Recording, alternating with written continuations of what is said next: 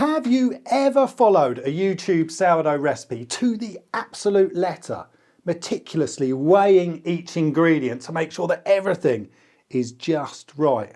And yet somehow everything goes horribly wrong.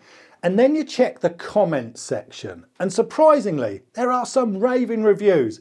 How is it possible that the same recipe works really well for some, but they suck for others? Spoiler alert, it's not always the recipe that's wrong. It's that the recipe has been designed for use with a specific type of flour and executed at a specific temperature. To really master sourdough, it's important that we understand how the formula influences the outcome and what we can do as the baker to make adjustments. I'm going to let you know the biggest problems that home bakers have had in our email community when they've been trying to follow a recipe. And I'm also going to introduce you to a sourdough calculator, and I'm going to explain how it can be integral to your success as a sourdough baker. So a sourdough recipe is basically a formula of ingredients that's been calculated based on the desired result. It takes into account the ingredients that are being used and the working temperature. So it's impossible that one sourdough recipe can suit everybody. The ingredients I'm using and the temperature in my kitchen are different to yours. So for this reason, we need to be flexible in the way that we approach a recipe. We need to take the fabric of the recipe, but stitch it together to suit our own circumstances. Remember, there is no such thing as one size fits all.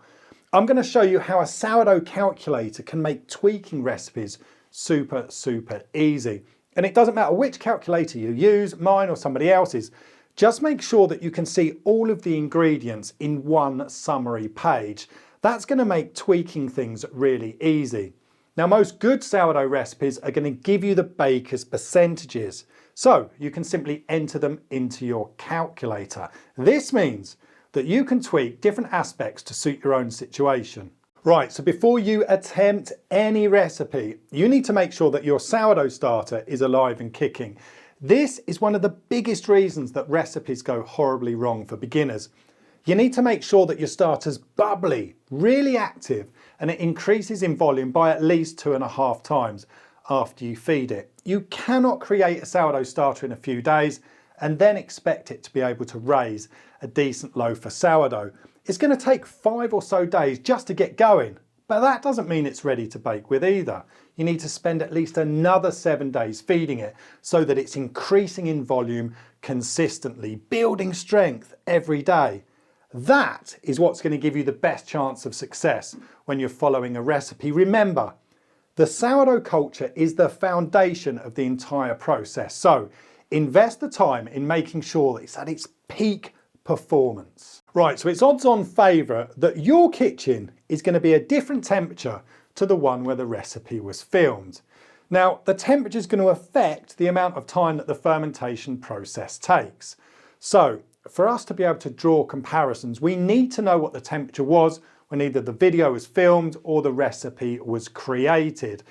Now, if your kitchen is cooler than stated in the recipe, then that fermentation process is going to take longer.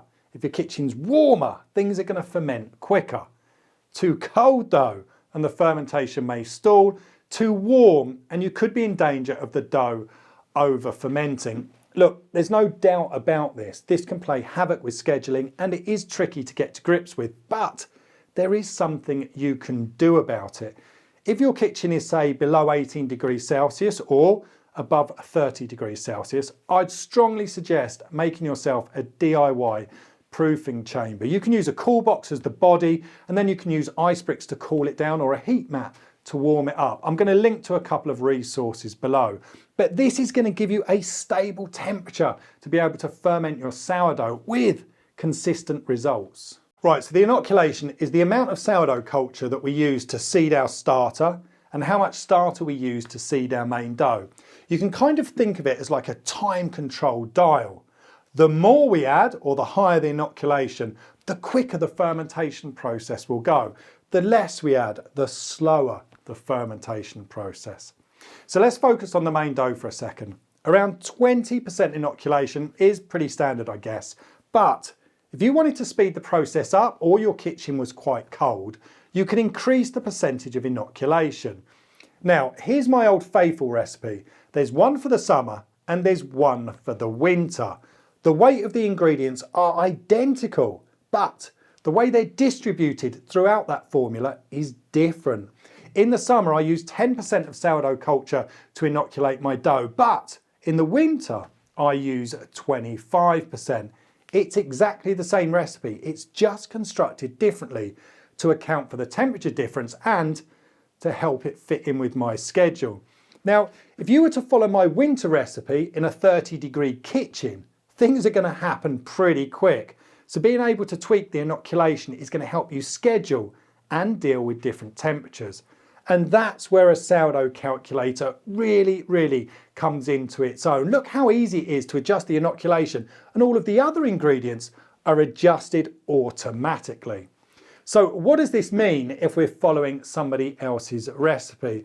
Well, it means that unless our kitchen is the same temperature as the one in the video or the recipe we're following, we may need to adjust the amount of inoculation to either slow that process down or speed it up. Look, this takes practice, but if you want to improve your sourdough baking, I highly encourage you to start experimenting by adjusting that amount of culture that you use to inoculate the dough and then observing how the fermentation times change. Have you ever followed a recipe to the absolute letter and yet your dough looks nothing like the one in the video? They're casually passing the dough from hand to hand, nothing is kind of sticking, everything just flows. But your dough on the other hand is falling through your fingers, it's sticking to everything that it kind of comes into contact with, or it's flowing like a puddle all over your workbench. That's probably because your flour and water are out of balance, they're out of sync. Now, while it's not essential to use a bread flour that's got high protein content, it is definitely going to make your dough easier to handle. So, if you're struggling with your dough, I'd suggest using a strong white bread flour that's got a protein content upward of 12%. But here's the important thing to remember. Your flour will most likely have a different absorption rate to the one that's being used in the video or the recipe.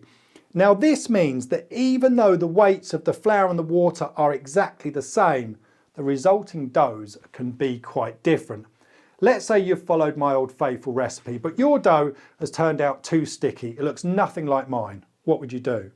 Well, the next time you'd bake, you'd simply decrease the amount of water. Look here, I'll decrease it by 5%. Now, you're going to bake it again, and then you'll make further adjustments if needed.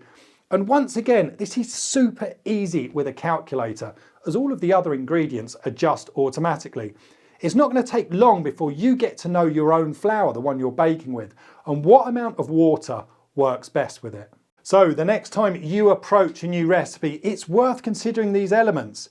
Is my starter ready to bake with? What's the temperature difference? Do I need to tweak the inoculation? Can my flour even handle that level of hydration?